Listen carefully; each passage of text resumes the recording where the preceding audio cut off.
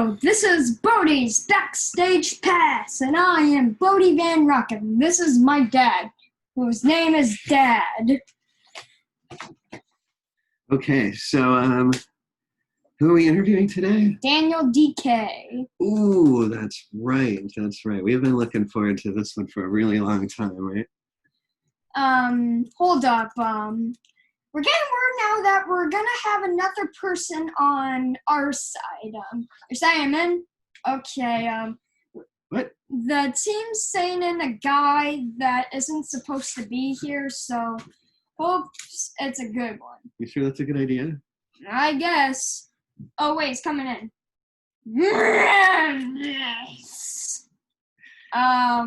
What is that? Yeah, what is that? I don't know. Okay, so let's talk about Daniel. You tell me, what do you know about Daniel? I like about Daniel. He's a KISS member. Gene Simmons like that. All right, so Daniel Dekay is a really well-known Canadian guitar player. He plays in a band called Exciter, which they've been around since the 80s, but they play this type of music called speed metal, super duper fast metal. Mm-hmm. He played in a band called Diemonds, spelled like D-I-E, like die. Pretty cool. He's on this thing called Banger TV, which is this Canadian rock and roll like TV show. He's like been a judge for the Shredders of Metal stuff. He's like does interviews. Anyhow, he also streams on Twitch. He's super popular there. And we're stoked to talk to him. He should be calling in any second now. Mm-hmm. All right. I'm going to pause this for a second. Be right back.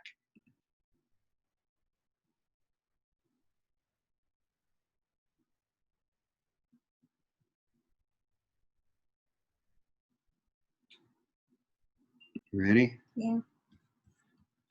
All right. I believe Daniel is calling in.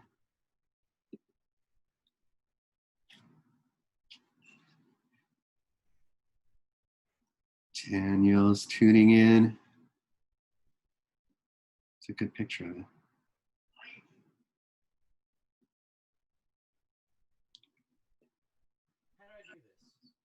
Hey, Daniel. Oh, wait, that's why. Video. Oh, yes. Woo. Hype! Hype! Hype! Oh, yes. I tricked us. I'm just regular. Oh. Hype, hype, hype. Okay, all right. You guys want to see some stuff? Check it out. What do we got? You're doing KISS solo albums. Kiss solo albums. What do we got? KISS solo albums. Do I have any of those? Let's see. All right, check it out. This is how obsessed I am. Okay. All right, let's. So we got the best of with the German logo, right? You notice the German logo there, not the normal lightning bolts you're used to. Yeah. Wow. Great. All right. And then my favorite of the solo albums is Ace Frehley, but for some reason I decided to collect the most versions of the Paul Stanley one I could find. So we got 1, 2, 3. This one's got a fancy little sticker in another language on it. 4, 5, 6 different Paul Stanley ones, and they're all slightly different. I'm just obsessed with collecting everything KISS. So I'm happy to see that solo. Oh, that's a good one. So okay, check it out. Look at Paul's neck on the cover of the one you're holding. You notice how it's a V instead of fading. Yeah. That's a rare one. That's a good one. This is the common version. You see? That one is his neck fades, right? You have the rare one where his neck is a V. That's a real good copy. Cool. V. Wow. The more you know. The more you know, for sure. We have all the solo albums. It took a couple times to find the Gene one. Wow! It's a nightmare. Wow. You know what? It's okay because I caught the framed KISS photo And you know what's awesome? Were you recording that? Do we have evidence of that happening? We do have that happening. With this, delete it and never show anyone. Yeah, that's okay. Shit happens, right? I mean, stuff happens. So I'm gonna just do that. It's okay. It gives me something to do later tonight. Oh man, were those in alphabetical order? No, not at all. Not at all. Not the cassettes. Not the cassettes. Not a big deal at all. Not a big deal at all. I just want to make sure that it's not going to fall any worse than it has. It'll be a fun project for me later to put them all back. There you go. All right. Is that going to stay without hurting anyone? We appreciate your time so much, dude, and twice as much now since it's going to cost you a little extra time in. Yeah. It's just it's fine, man. It comes with the territory of having stuff precariously leaned on other stuff. You have this. You're not a kid. That's we'll be doing Kiss Rock and Roll Mystery. I love that movie. My favorite part about that movie is all the character names. Everything is so Kiss-centric. It's like Shandy Deuce and like something's called the Black Diamond. It's like every little reference possible was done in that film. It's amazing. Yeah. For sure. All right, so we want to know your favorite Kiss record. Let's start there. Let's get Wow, look at all this Kiss stuff you guys have. This is crazy. I was a big fan when I was around the age of 9 or 8. You're only You were a big fan. Were a big fan when you were 8 or 9. You're full of baloney. I can already tell you're full of baloney. Yeah, more of like 4 or 3. By the way, I'm so rude. I'm just like, I'm coming off a stream and I'm all hectic. My name's Dekay. We've never met before. I'm Eric. This is Bodhi. You're on Bodhi's new show, Bodhi's Backstage Pass. And there's Bodhi's? another nightmare here as well. Our team sent in this non-normal guy that just came in, and his name is Barf Nugget. Oh, no! Oh, man! Barf Maggot? Okay. Bodhi's Backstage Pass. Well, this is as backstage as it gets. Me sticking cassettes back into a wall and just coming off. We had a crazy stream tonight. I'm so stoked to talk to you guys. Yeah, we watched your stream. So that's, I've heard of Exciter and, I've seen your name around. We watch Banger TV. We'll get to all this stuff. And then I saw you on Twitch. And I was like, wow. You got a lot of followers. And I mean, you just play just raw, insane guitar. You got a lot of fans. So tell us about that. Tell us how you started and how you like it. Well, it was like a situation of, with the pandemic scenario, everyone had tons of stuff planned this year. And some people are able, I love that. That is awesome. Some people are able to continue to do their stuff from home. And some people, like musicians, are just completely out of luck. So, there's no live shows happening at all. So I start to get creative. I'm thinking like, how can I translate? I don't have the means to do a full live stream with my band because it's very expensive and very difficult, all the mixing and the cameras and all that. I'm like, what can I do? What can I do? And then I knew that Twitch was a platform, but realistically a platform more for video games than anything else. Video games and chatting and all that. So I was kind of thinking about it. I'm like, you know what? I'll try. So I didn't really have any of the proper gear to do it. And I just kind of hopped on my laptop and it looked like I was playing through a potato at first. It was a joke. It was not very good. It was laggy and it didn't sound good. However, people were noticing and people were hanging out and people were sticking around. So I took it a little more seriously and I put a couple dollars into getting a proper setup. And, now it's evolved into this crazy thing where tonight we had our 3,200th follower happen this evening. What? That's incredible. I love it. How long have you been streaming? I believe I started right at the end of April was when I began. Oh, wow. I mean, you've got it down. You've got a professional production going on, and You've got all sorts of different little themes. Well, you got the marbles thing. Tell us about marbles and like some of the, and you've done interviews. So tell us about like what you've done on the stream, what you got planned. Yeah, so like, it's really funny the way it evolves. And I think if you ask anybody who does live streaming specifically on Twitch, is that to drop all your expectations.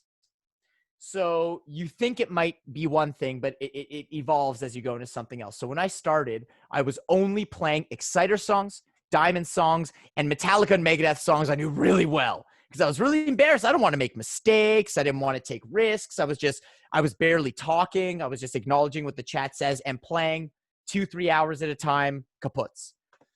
And then it started evolving into something else where it was like, well, try this, try that. And I noticed that. And, the thing I also felt uncomfortable about at first is I thought I had to smoke and drink the whole time. That's why people were there. I thought it was all about watching me get messed up and me making mistakes. And I thought that was part of it. But the more I really paid attention to what was going on, the more it evolved into something else to the point where now we're playing games on stream. As you said, we have the marbles, which is a real fun game that takes absolutely no skill at all. You just drop your name in and your name gets assigned to a marble and that marble rolls down a track. It's that simple. So we got that. I'm having my friends, rockstar friends, come by. Most recently, I had Ted from Death Angel, Danko Jones. I had, before that, we had Danny Lilker from Nuclear Assault, Jeff Becerra from Possessed. So, it kind of evolved as it went into this thing too, where like, I remember one night I might have had a couple too many soda pops and I couldn't really play well anymore. So I just dropped the guitar and started playing YouTube videos and commenting on them. And we had more viewers than ever. It was crazy. So, the thing about Twitch that I love is that any expectations or preconceived notions that I had about it, it all goes out the window. It all goes out the window. Yeah, it's kind of just like hanging out with you, and it's like, which is cool. I think it's really accessible, and you've had great interviews and great people come on, and you're connected, and you're on your phone, and you're talking about people, and it's just kind of like spending some time with you, which is cool. And we're digging all the different streamers. Like, is it something you think musicians can maybe support themselves in the future? Like, was it supplemental type of thing? What do you think? That's a great question. I think that guys like Matt Heafy, who are by far the biggest music streamer and the poster boy for music and rock stars on Twitch, is Matt from Trivium. And he wrote an article very recently where he says that he's supporting himself on Twitch. That's great. That's incredible. So, let's kind of talk about what it's like nowadays to be a musician and, in the era of Spotify and streaming and, subscriptions. Like, it's tough, or is it not tough? You seem like you come from the old school. You love old school metal. You've got vinyl. You've got cassettes. So talk about that. What's it like? Honestly, man, it's really motivating to see how well not only my stream is going, but also how other people's streams are going. And I'm talking old school guys, much like myself. Like, you've got Gene Hoglan on there, who's one of the most OG old school drummers, and he is absolutely killing it. And, for me, it really is interesting because you have a lot of younger streamers on there who are their setups are intense and they're technologically aware and they have all the newest gadgets. But then you have the old school guys on there that are doing just as well, I've embraced a lot of the new school stuff. I am aware that we live in the world of subs and bits and streams and all these types of modern concepts. But it's really comforting to see like a guy like Gene Hoglan goes in there with no overlays. He has no fancy crap on his screen. No bells, no whistles. It's just, this is me. This is Gene Hoglan, one camera, playing drums. That's what you get. It's as old school and bare bones as it is. And he's absolutely killing it on there. Yeah, it's incredible to watch drummers. I love watching drummers, which Me makes too.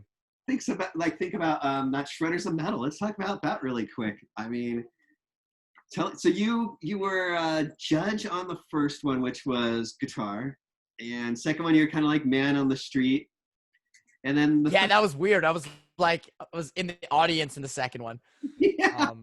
yeah. Yeah. So, tell us how you got that gig, like get the banger gig, and what that's been like. The banger gig has been one of by far the coolest things I've ever done in my life.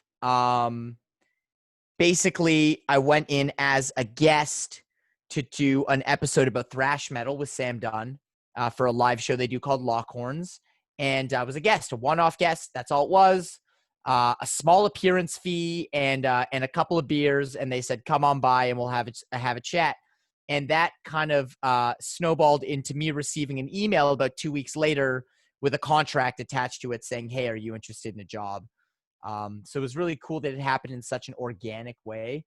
And then the Shredders thing, I still remember I got called into the first meeting ever for Shredders of Metal, and they were like, no joke, this is how the meeting went. All right. So it's like 4 people around a table. All right, DK. We want to do a show that's like a competition, like think American Idol, but with heavy metal shredders. And I said, okay, that sounds interesting. And they're like, so how do we do that? And then they're all looking at me with their pens on their paper. I'm like, oh, it's like a full-on like consultation. I was the only guitar player really on the team. So I had a ton of input on the first season in the development of the show and the writing of the show and coming up with all those tasks, all the so the first season had like it was very like mini competition based. So it'd be like, here's a nursery rhyme, make it metal. Here's a clip of a movie, essentially, score it. So stuff like that. And I mean, I was coming up with those challenges. I was helping source the talent. And most importantly, I was creating all the music that they were playing to, all the backing tracks, all the stings for the show and all that. That was all my creations.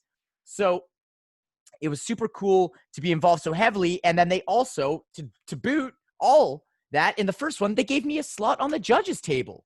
It was so cool. It was Sam Dunn, founder, mastermind of Banger Films, your favorite music documentaries ever, Alex Skolnick, the greatest shred sensei of all time. You know him from multi-award winning, millions of albums sold Testament, and this guy you've never heard of named Daniel Dekay.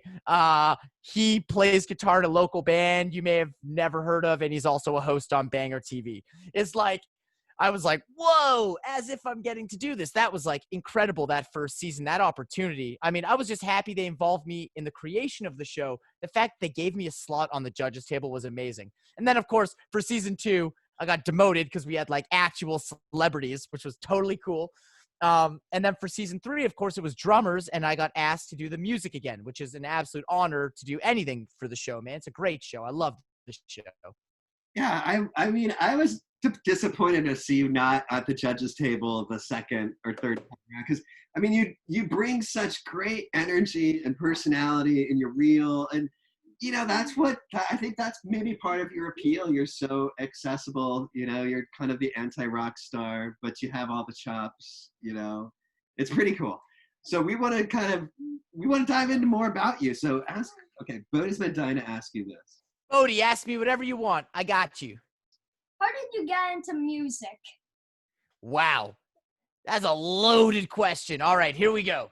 How did I get into music? This wall behind me, a good chunk of it was inherited from my dad. And my dad was a total rocker. So growing up, you hung out in mom's car and maybe you heard Genesis and Peter Gabriel and, Madonna and etc. But when you were in dad's car, it was classic rock radio, Iron Maiden and Judas Priest, Metallica, And, you know, eventually I figured out where the man cave was in the basement, down the stairs, you know, behind a locked door where he hid all the things I wasn't allowed to see. And one day I got in there and the wall of vinyl and the wall of CDs and the wall of cassettes and the surround sound and putting the needle. It was Kiss Destroyer. I pulled Destroyer out from the shelf and it was like, exactly. Look at that cover. Now, look at that cover, and as a kid, seeing that for the first time, I'm like, who are these superheroes? Look at this. Like, Yeah. larger than life.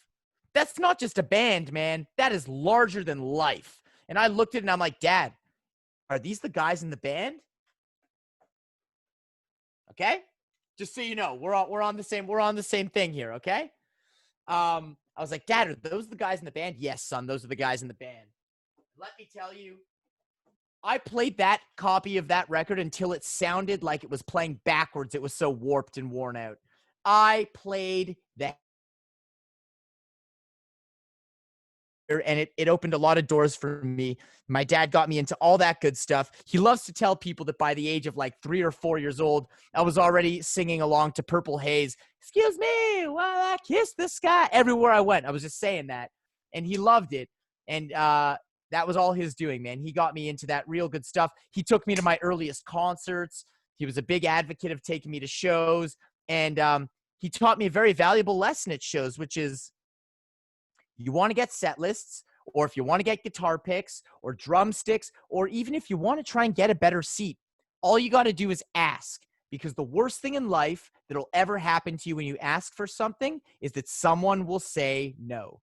And, you know, you got nothing to lose. The worst that can happen is they say no. So, you know, you're a cute kid. You walk up, excuse me, mister, do you mind if I stand next to you in the front row? What are they going to do? They're going to say no to the kid asking to stand in the front row at the Robert Plant concert? I saw Robert Plant front row and I was like 12 years old, like losing my mind. The Golden God live in person playing Whole Lotta Love this far away from me. So my dad taught me at an early age, always ask. You know, the worst that can happen is say no. Don't be embarrassed. Just try and try again. And he brought me to the coolest shows, metal shows, rock shows. I saw all my favorite bands with him. We used to do road trips. He took me to see Kiss when I was 9 years old on the farewell tour. I saw the original lineup with my dad at the Montreal Forum. Just me and him. It was actually it was a birthday gift. And he pulled me out of school and said, Daniel, it's your birthday. I have a surprise for you. And he handed me a box. Shoebox size, wrapped in brown paper. So I start opening it, and he's taped it. He's really taped the heck out of it. I start opening it, and I get the box open. What's inside? It's another box. I'm like, okay, it's another box. So I'm going. This goes on for about 45 minutes to an hour in the back of his car. Me just thinking he's driving in circles or something. So I get to it, and I'm on the final box. It's this big. It's this tiny. It went from this big to this big. It's taking me almost an hour. I'm like, Dad, my fingers are bleeding. Like my fingers are raw, and I'm bleeding. Like, what is this? He's like, Danny, you're so close. Use your friggin' teeth. Just get through the package. I have something to show to you. So I rip it open. It's an envelope with 2 tickets to see Kiss inside of it. And I look at it. I'm like, oh, concert tickets to see Kiss. And I'm like. July 21st? Dad, that's today. Montreal? That's not where we live. And I look up and literally it's welcome to Montreal. He's like, dude, we've been driving for 2 hours now. Like, I'm driving you to Montreal. That's tonight. We're going to see Kiss, man. And that was amazing. That was the greatest concert I've ever seen in my life. I'll never forget. We're sitting next to, it's Montreal, so it's like the most party central capital of Canada. And some guy hands me a joint, and I'm 9 years old. And my dad's losing his mind. He's like, what the hell is wrong with this? My 9-year-old kid's like, I don't know, man. It's a Kiss concert. What do you expect? So I all sorts of crazy firsts happened at that show.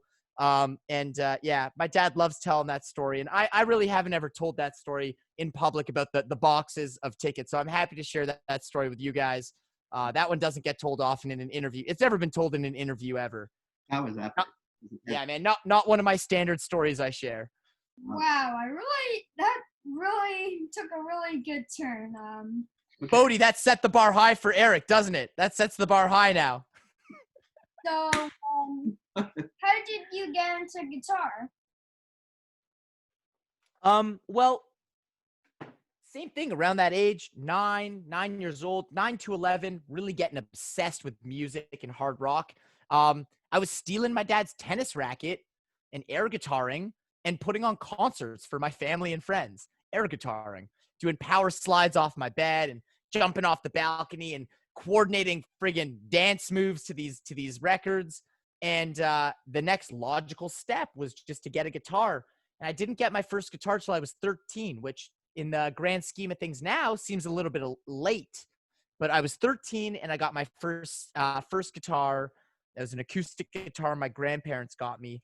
And I still have it. I've sold a lot of the earlier, learner guitars that I learned on, all the low end stuff. I've gotten rid of a lot of it, but I hung on to that first acoustic forever. And man, am I ever happy I did, because that's a piece of my grandparents that no one will ever be able to take away from me, man. I love the memories on that guitar. But yeah, I got in a guitar by becoming addicted to air guitar. And it was the next logical step was to get a real guitar. And I wasn't very good for a long time. I was bad. I had a buddy I grew up with who was way better than me. I had a best friend in high school that was way better than me. And then something just clicked around 16, 17 years old. It just clicked, and I really started to put in the hours. I wasn't particularly a cool kid in high school. I wasn't invited to all the parties with the jocks and the cheerleaders. And most of my friends, if they were hanging out, we were just hanging out in some dude's basement playing guitar and, doing whatever it is kids do anyways at that age, playing Nintendo and smoking our parents' bongs or whatever. So as it was a funny time, and I just, it really didn't snowball until later. And people are surprised by that. I was really bad at guitar until I was like 16, 17 years old. And even now, I still have so much to learn. So many of my peers are such better musicians than me. And I always take that opportunity to try and surround myself in jams with the best musicians possible so that I can feed off of their talent and, hopefully pick up some tricks off them. I love it, man. All right, so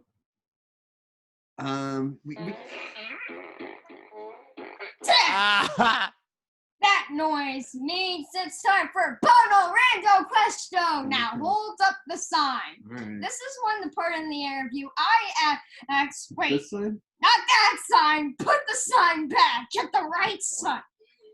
This is the part in the interview I asked the person that we're interviewing a question. Wait. The Bono Random Question! I got to write you a theme song for that. Bono Random Question. Bono Random Question. Bono Random Question. It's Bono Random Question. Barf Nugget, don't come in here. Okay, ask him the question. Hey, Barf Nugget. Oh. Okay, what's the question? Okay, this is my show. Bye. Okay. I'm thinking of a random question. Oh, I got it. What is your favorite Christmas present that you received as a kid? My favorite Christmas present I ever received as a kid. I know exactly what it was. Have you ever seen the viral video of the kid on Christmas who gets the Nintendo 64? It's a great video, and you should watch it after if you haven't seen it. That was me on Christmas when I got a GameCube. Wow. You know what the best part was, though, is that my family, the way they would do gifts is, didn't have a lot of money. So the GameCube is not one gift. The console is one gift. The controller is one gift. And a game is another gift. And it's like, it's not just a big old package deal. So I got the console and I opened it and I'm freaking out. Not realizing that it's just the console, nothing else in the box. I think it came with one game and one controller, but it's not like the big pack with everything that you need to get started. And I'm losing it. I'm freaking out. I'm rolling around on the ground. My sister, my younger sister, who's quite at this age, was quite emotional. A little bit of a crybaby when we were little kids. She opens her gift and it's a controller, and she's bawling. Why, I got a controller. She was all bummed out that she got the controller. But meanwhile, I'm freaking out because now I've got 2 controllers and I'm ready to play GameCube. That was the coolest. Yeah, I think it's my favorite Christmas gift because not only was it the game console unit that I would play the most as a kid, because of the age that I was, that was the big one. If you couldn't afford the Xbox or the PlayStation, you had the GameCube, and that's what my family had. But man, I loved the fact that it bummed out my sister. Me and my sister used to be enemies, man. When we were little kids, we used to beat each other up and like break things and blame it on the other. Like, oh man, we were vicious to each other. We were absolutely vicious to each other. And it wasn't just the big brother syndrome. It wasn't just me being a jerk. She was a nasty little kid, man. She used to terrorize me. She knew exactly how to push my buttons. So we had a cool dynamic going on. We really hated each other when we were kids, and now we're the best of friends. What's the age difference between you and the sister? Only 2 years. She's only 2 years younger than me. What's her favorite thing? Like your thing's music. What's her thing? She's absolutely obsessed with dance and dance choreography. That's awesome. She's a great dancer. And she's a teacher as well. She wanted to pursue being a dance teacher forever, but I think that, she got a little more realistic with her goals, and now she's a school teacher, and she absolutely is perfect for that job. When we were teenagers, she would do all her time at the dance studio. If she wasn't dancing herself, she was teaching other kids how to dance. So she absolutely adores kids, and now she's a teacher, like a kindergarten teacher, and it's awesome to see her have success in that world. And she still does little choreography videos. She has like a choreography Instagram where she does that kind of stuff, and I'm super proud of her. Awesome. You got one more question for him? So, what's your 3 favorite albums you have in your collection? Because I'm all out for a new vinyl. I like this question. 3 favorite albums I have. Ooh, that is not an easy one. Bodhi pulling out the tough questions. Yeah. Okay. All right, let's play this game. Here's some stuff that you gotta have. Okay. I talked about this one on stream today. This is a Canadian band. They're called No Warning. So they're a punk band. They're a hardcore band, which is a little more punk than it is rock and roll, but they're very, very cool. The singer yells. The lyrics are great. The songs are short.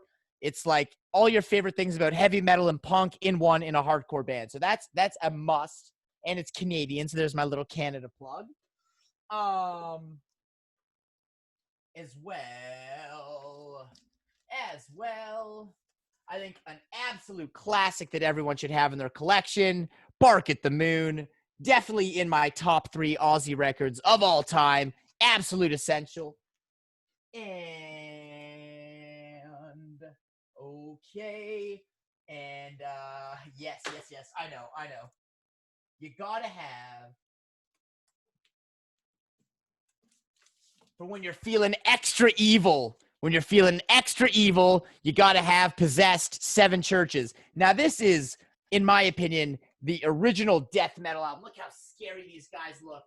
Yes. This was a time where no one looked like that, man. The upside down crosses and the blood and the spikes is so scary, and the lyrics are so scary. It opens with the Exorcist. Listen to the song titles. The Exorcist, Pentagram, Burning in Hell, Satan's Curse, Holy Hell, Twisted Minds, Fallen Angel, and then finally, death metal. And I believe they coined the term. They were doing it first. They were doing it heavier than everyone else at the time. They're absolute legends. Possessed, and they're still around today. Their last record was incredible. Features Jeff Becerra, the original singer and bass player. Fucking unbelievable album. Unbelievable album. I love that record. I had that record. I grew up we're in the Bay Area, so that's Bay Area band. I had that record. I still love that record. And Larry from Primus is on that. Larry Lalonde, baby. So Larry Lalonde, of course, the legend, and Mike as well, legend. Everyone in this band was a legend. And now it's Jeff. Jeff carries on the legacy. And if you're in the Bay Area, you know about the legendary shows these guys used to have at Ruthie's Inn back in the day. Oh yeah, yeah. I love thrash metal. I mean, I love it. We have that in common so much. Awesome. So there's always a time in life that I always want to question in life. Do you ever get tired of metal? Ooh. You know, it's a great question. It's a great and it's a deep question. Yeah, there's been points in my life where I've listened to noticeably less heavy metal than other points in my life. And I mean, not that I'm listening to anything like crazy out of left field, but you know, it'll be a week where it's like I'm listening to rock bands, I'm listening to 60s and 70s psychedelic rock. You know, I'm listening to more Pink Floyd, I'm listening to more Led Zeppelin, or sometimes I go through phases where I only want to listen to, you know, like French house music. Like, you know, I go through phases where I listen to bands like Daft Punk or the Chemical Brothers or, you know, all sorts of other stuff. And I think it's really important to not be restricted to one genre because you think that that's what's cool or that's what's accepted in your scene. I think it's really important to throw out all the expectations that other people have of you, throw them out the window, especially if it relates to your musical tastes. I can't be worried about someone judging me for liking the things I like. I like it because it makes me happy. And at the end of the day, that's what should matter. So yeah, I've had some slumps where I was like, oh, no, I don't want to, like, people are like, have you listened to this new album? You listen to this new album. I'm like, no more heavy. I can't do more heavy right now. I'm really listening to, like, I've been listening to the new Tame Impala record. You know what I mean? Like, I'm not really into heavy right now. So there have been phases in my life where, you know, I don't per se get tired of heavy metal, but it's just, I like to vary it up. Right now, I'm very much in a death metal phase. I'm listening to a lot more death metal than I have. I've been obsessed with the new Necrot album. It is friggin' fantastic. It's called Mortal. It is so good. Just came out a week or two ago. I mean, yeah, there's totally phases. And you know what? There is nothing to be ashamed of if you're, you know, a metalhead and you have to go through a phase where you take a break from things that are heavy and maybe get back to the roots. Listen to that music from the 60s, 70s, and 80s, because realistically, all your favorite bands, that's the music they grew up on and inspired them to create heavy metal. So you can never forget the origins of music. And, you know, I think that the more you talk to metal bands and the more you hang out with metal bands, you'll realize the metal bands on the road, when they're in the van for 8 hours at a time, they're listening to everything but heavy metal. The more musicians you talk to, they're not listening to metal. They play metal on stage for 2 hours every night. You know, they've been immersed in metal their whole career. They make metal albums. They hang out at metal bars. They do metal this, metal that. So sometimes it's nice to be able to remove yourself and remind yourself that there are other types of quality music that you can get into. Man, throw me a good pop song, and if it's good tunes, it's good tunes. I love that answer, man. You're giving people permission to, you know, to own what they like, right? Because, I mean, when I was growing up and you listen to metal, you really had to listen to metal. You had to listen to punk. And if you liked Metallica and you couldn't like Guns N' Roses, or you couldn't, you know what I mean? There's just such silos. That's insane. Yeah, right. I love that, you know, you're giving kids and people permission to listen to what they like. And so, what advice would you give a kid like me that is born for the guitar, which I am, like Dad Duck Down? There's my official Jackson Flying V that is the one that I'm really good at chugging on. So, what advice? Right on. What advice would I give?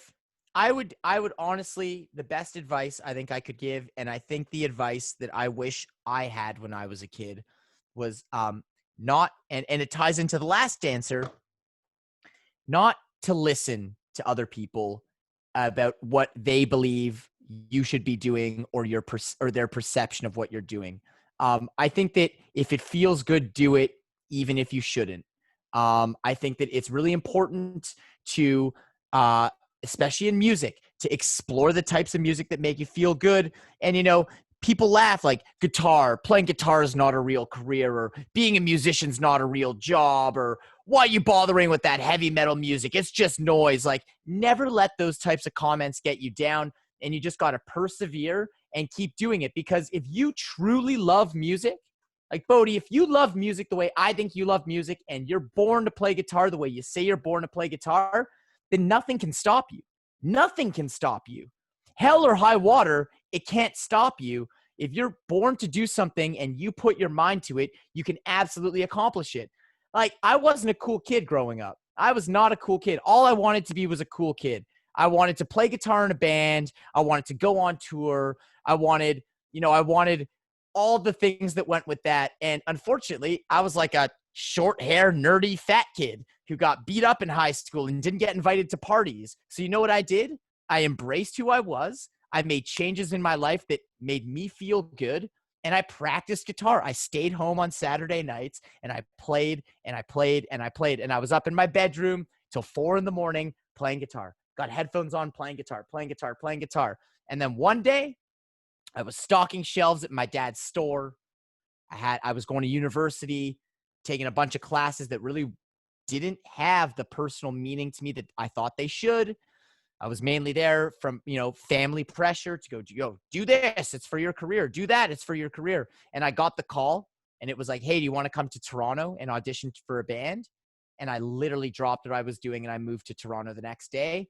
And here we are 10 years later.